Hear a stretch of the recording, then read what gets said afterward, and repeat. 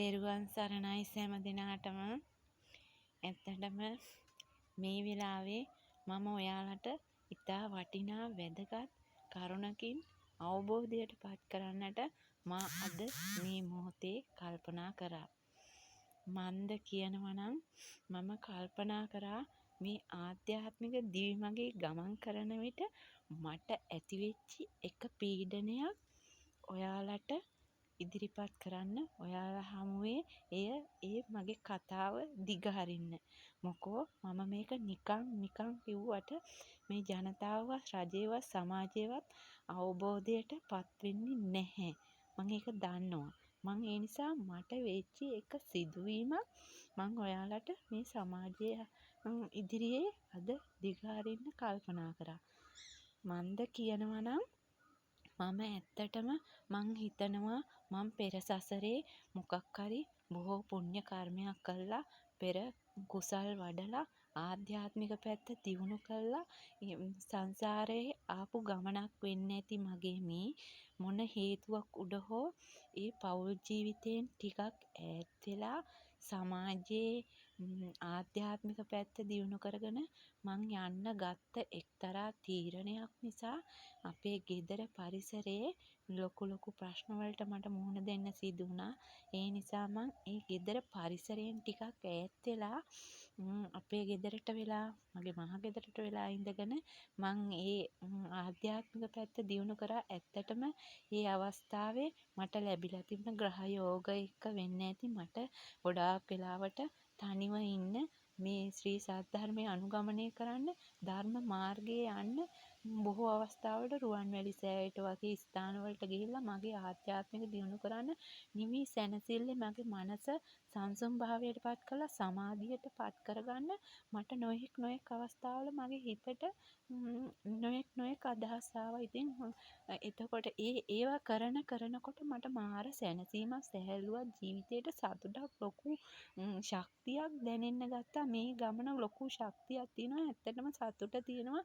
ගෙවල් වල ඉඳගෙන කහ කොටාගෙන එන මරාගෙන තාඩන පීඩනට ලක් වෙලා ජීවිතේ ගත කරනවට වඩා ලොකු සැනසීමක්, සමාධිය මත ජීවිතේට සැනසීමක් ලැබෙනවා කියන දේ මට අර භාවනාවට යොමු වෙච්ච අවස්ථාවල, තනි වෙච්ච අවස්ථාවල, නිසංසලේ ඉඳිය අවස්ථාවල මට දැනෙන්නට ගත්තා. ඉතින් ඒත් බොහෝ අවස්ථාවල මම මේ යන ගමනට අපේ ගෙදරින් විරුද්ධ වුණ නිසා මම එක් අවස්ථාවක අපේ ගමේ තියෙන පොලිස් ස්ථානයට ගියා. පොලිසියට ගිහින් කියලා මට පොඩ්ඩක් නිදහසේ මේ ගමන යන්න චුට්ටක් ගෙදර අයට කියලා මට ශක්තියක් අරන් දෙන්න, අවසරයක් අරන් දෙන්න මගේ ගමන යන්න ටික කාලයකට මම මෙහෙම මගේ ඇත්තටම මානසික සැනසීම අවශ්‍ය නිසා ගෙදරින් කෑ ගහනකොට ඒ අයත් පව් මමත් පව් ඔක්කොම පීඩනයට ලක් වෙන නිසා පොලිසිය කියන්නේ ලොකු වගකීම් ස්ථානයක්. ඒ ස්ථානයෙන් යමක් කියනකොට යමෙක් පිළිගන්නවා. ඉතින් ඒ නිසා මං හිතුවා ඒ පිළිගන්න තැනකට ගිහිල්ලා ගෙදර ඒ තියෙන පසුබිම සකස් කරගෙන මට මේ ගමන යන්න අවශ්‍යයි කියලා. ඉතින් ඒකින්ද මම ඒ ගමන ඒ විදිහට ගියේ. ඉතින් ඒ අවස්ථාවේ මට සිද්ධ වුණා මං ගිය අරමුණට වඩා ලොකු දෙයකට මුහුණ පාන්න. මේ අවස්ථාවේ අපේ ගෙදර අයත් කතා කරගෙන පොලිසිය අය එක්කත් කතා කළා. සිද්ධිය මතක් වෙනකොට මට හිනාත් යනවා. ගෙදර අය එක්කත් කතා කරගෙන එහෙනම් අපේ මගේ දරුවෝ දෙන්නෙක් ඉන්නවා.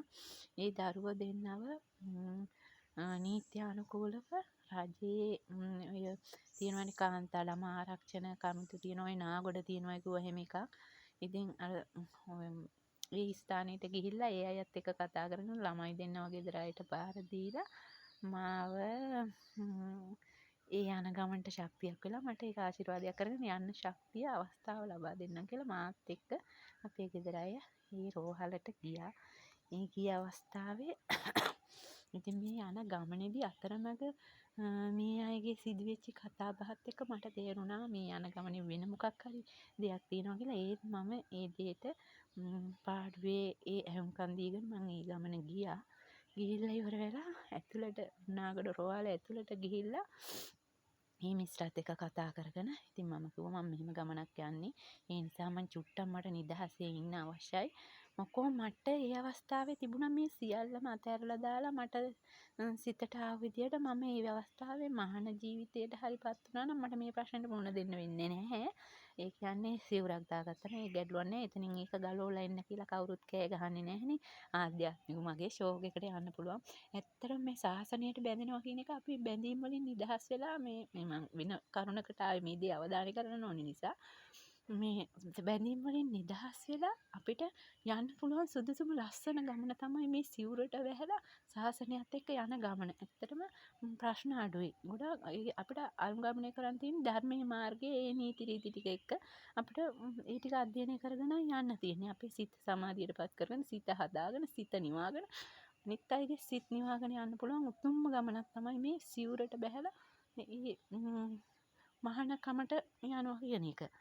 ඉතින් මම ඒකට අරමුණු කරේ නෑ මගේ සිත සුවපත් කරන ආධ්‍යාත්මික ගමන යන තැනක ඊට වැඩිය ලොකු වගකීමක් යුතුයකම් කොටසක් මගෙන් ඉෂ්ට සිද්ධ වෙන්න තියෙන මොකද අතන සිවුරට බහිනවා කියන්නේ එතන පොඩි සීමාවක් තියෙන්න ඕනේ. අපි සමාජයේ සිවුරට බැස්සට පස්සේ අපි ඒ අතරේ සීමාවල් එක්ක ඉන්න ඕනේ. මොකෝ ඉවෑ නීති රීති පද්ධතියක් තියෙනවනේ අපිට ඒවැ වැඩ කර යුතු ක්‍රමයක් තියෙනවා. ඒ ක්‍රමයට අනුගත වෙලා මිසක් ඒකෙන් පිට පරිබාහිරව යන්න ගියාම ඒක සිවුර රැඳෙන්න ගියාම ඒක ලොකු ගැටලුවක්.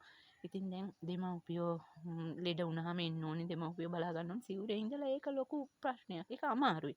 ඒක කළ හැකි දෙයක් නෙමෙයි. රැකියාවක් උනත් කරන්න අමාරුයි සිවුරේ ඉඳලා. ඒක අමාරුයි. ඒක ඇත්තටම අමාරුයි. රැකියාවක් කරනවා කියන එක ඒකත් ලොකු ගැටලුවක්.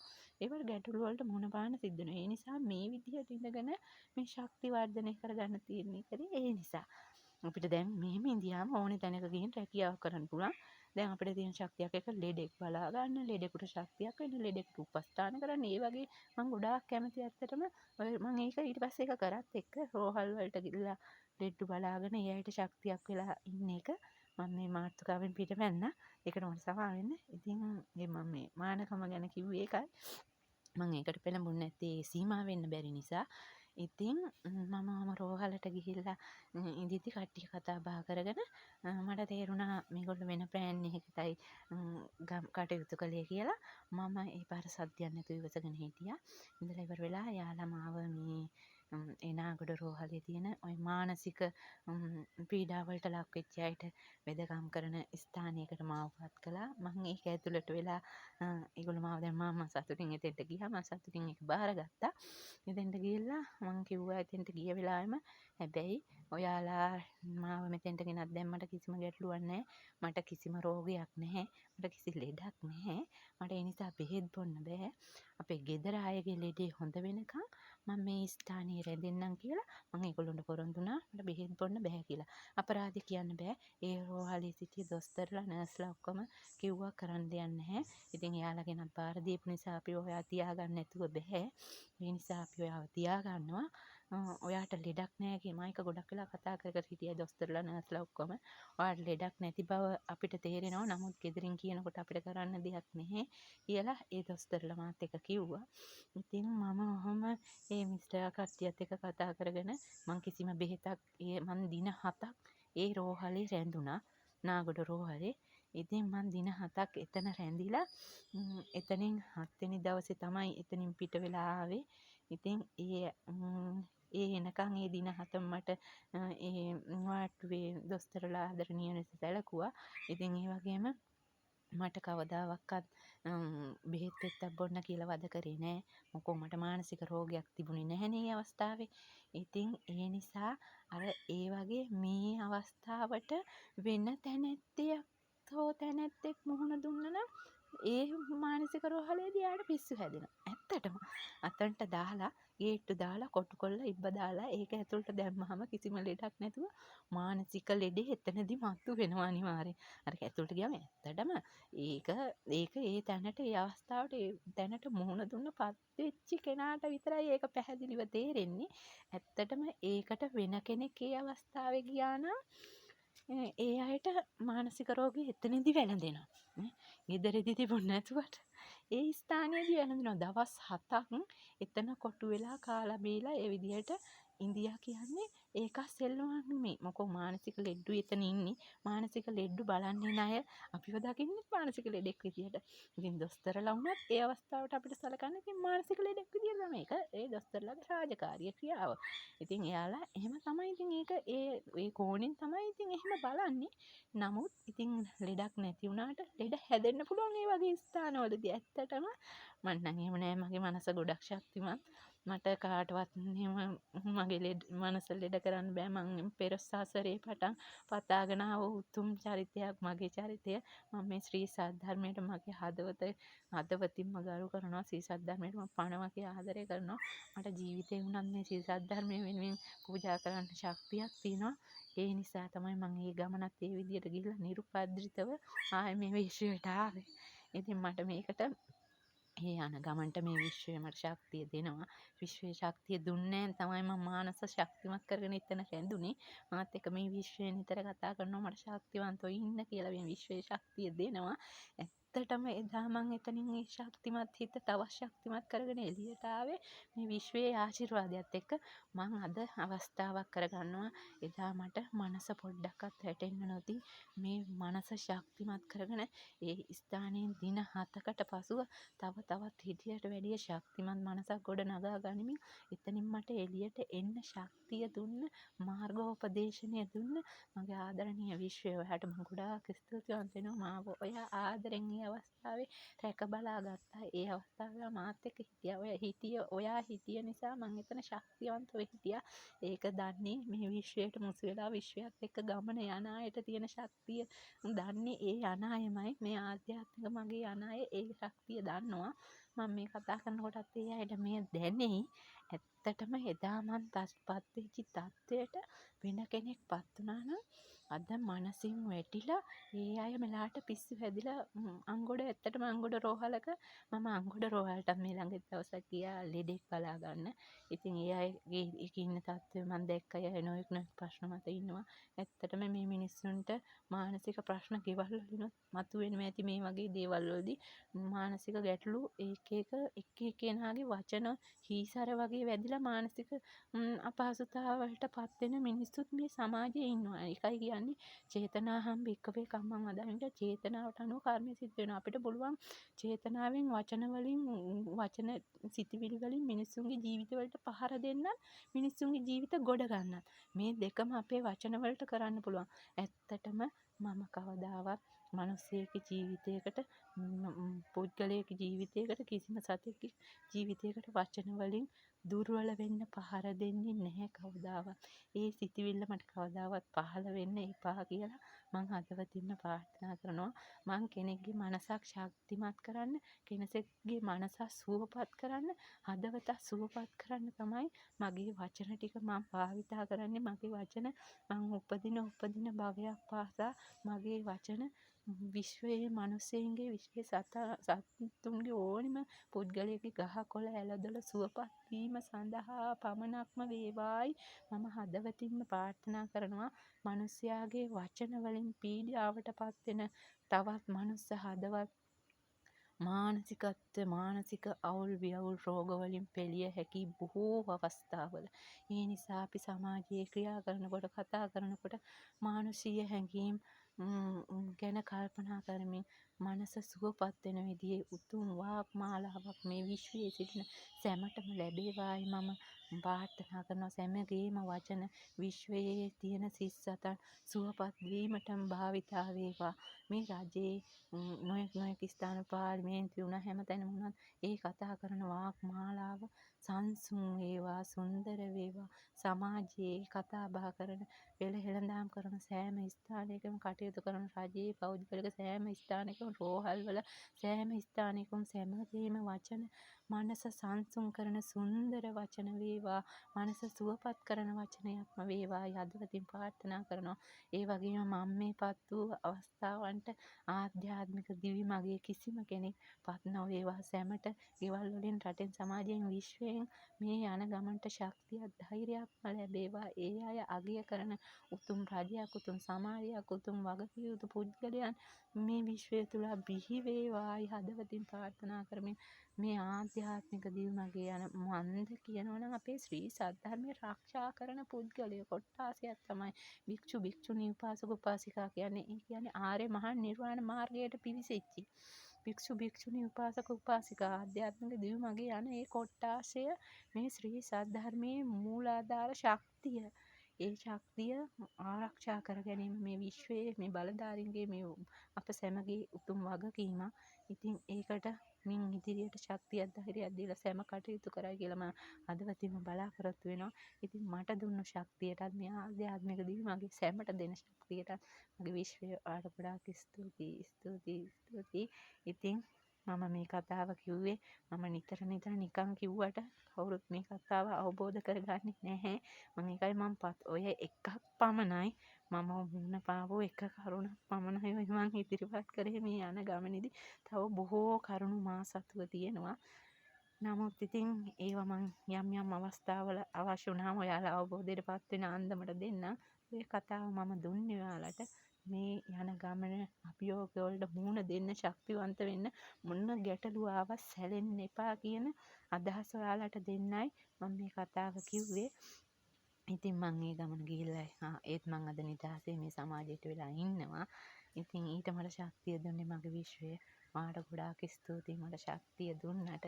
මේ ආධ්‍යාත්මික තැනට මේ විශ්වයේ ආශිර්වාදය ආරක්ෂාව නිබඳව ලැබේවායි හදවතින් ප්‍රාර්ථනා කරමින් මගේ කතාව අවසන් කරනවා. මං අදටත් දෙමව්පියෝ රැක බලාගෙන දරුවන්ට ශක්තියක් වෙලා මම කිසිම කෙනෙක් ගැන මගේ හිතේ වෛරයක්, ඊර්ෂ්‍යාවක්, ක්‍රෝධයක් නැහැ. ඒ මට ඒ අභියෝග දෙන හැම මගේ කල්යාණ මිත්‍රයෝ මං අවංකවම මේගොල්ලෝ කල්යාණ මිත්‍රයෝ ලෙස සලකන්නේ. මට ශක්තියක් වෙන්නේ ඒගොල්ලෝ. එයාලා අභියෝග කරනකොට අභියෝගයෙන් ජය ගන්න මං උත්සාහ ගන්නවා. එතකොට මගේ කල්යාණ මිත්‍රයා නම් මං අංක 1ට ගන්න ඒගොල්ලෝ. මට යහපත් ගමනක් යන ශක්තිය දෙන අයත් මගේ කල්යාණ මිත්‍රයෝ. ඒගොල්ලෝ කොහොමත් කල්යාණ මිත්‍රයෝනේ. දැන් අරගොල්ලෝ වෛරක්කාරයෝ වගේ දකින්නවනේ සමහර මිනිස්සු නෑ. මට අභියෝගයක් කළා මට අනවිනිය හරි කොඩිවිනිය හරි හදිහුනිය හරි මොකක් හරි කරන ඒ හැමෝම මගේ කල්යාණ මිත්‍රයෝ. ඇත්තටම ඒ අයට යහපත සිද්ධ වේවා. මට එහෙම දෙයක් කරන හැමෝටම මං හැමතිස්සෙම කියන්නේ ඒ අයට යහපතක්ම වේවා. මොකෝ ඒ තැනින් මං තාඩන පීඩන වලට ලක් වුණාම තමයි මට මේ අවබෝධයට පත් වෙන්න ශක්තිය ලැබෙන්නේ. පිසා ගෞතමී රජ්ජුමාලා පටාචාරා වැනි ඒ අය ඒ බුද්ධ කාලීන සමාජයේ ඒ අය අවබෝධයට පත් වුණේ ඒ අයට සියල්ල නැති වුණාට පස්සේ. ඉතින් ඒ වගේ සියල්ලට මුහුණ දෙනකොට සියල්ල අහිමි වෙලා එක එක කරදර බාධක වලට මුහුණ දෙනකොට තමයි දැනගන්නේ මේ ජීවිතේ දුකේ தත්ත්වය අවබෝධයට පත් වෙන්නේ අන්නේ අවස්ථාවට. ඉතින් මම අවබෝධයට පත් කරන්න මට කටයුතු කරන්නේ මාව ඒ විදිහට වටන තලන පෙළන මට නොයෙක් චෝදනා කරන අය තමයි. ඒගොල්ලන්ට ඇත්තටම යහපතක් සිද්ධ වේවා. ඒ අයත් නිදුක් නිරෝගී සුඛී සුවපත් භාවයට පත් වේවා. ඒ අය දියුණුවෙන් දියුණුවටම පත් වේවා. ඒ අයටත් මේ ශ්‍රී සද්ධර්මයේ අවබෝධය තුළින් උතුම් අමා මහ නිර්වාණය කරා යන්නට ශක්තිය, ධෛර්යය, වාසනාව නිරතුරුවම උදා වේවායි මම හදවතින් ප්‍රාර්ථනා කරනවා. මා අනුගමනය කර මේ විශ්වයේ සිසාරා සිටින භික්ෂු භික්ෂුණී උපාසක උපාසිකා සිව්වනක් පිරිස ආධ්‍යාත්මික දිවි මඟ වඩා වර්ධනය කරගනිමින් අනිත් අයත් ඒ තැනට යොමු කරගන්න උතුම් කල්යාණ මිත්‍ර සම්පත්තියක් ලෙස මේ විශ්වයේ සිසාරා පෙළ ගැසේවා හදවතින් ප්‍රාර්ථනා කරනවා. ඉරානයේ මෙන්ම සියලු තැන්වල නැගෙන යුද්ධ ගිනිදැල් පුරා නැගෙන යුද්ධ ගිනිදැල් නිවේවා.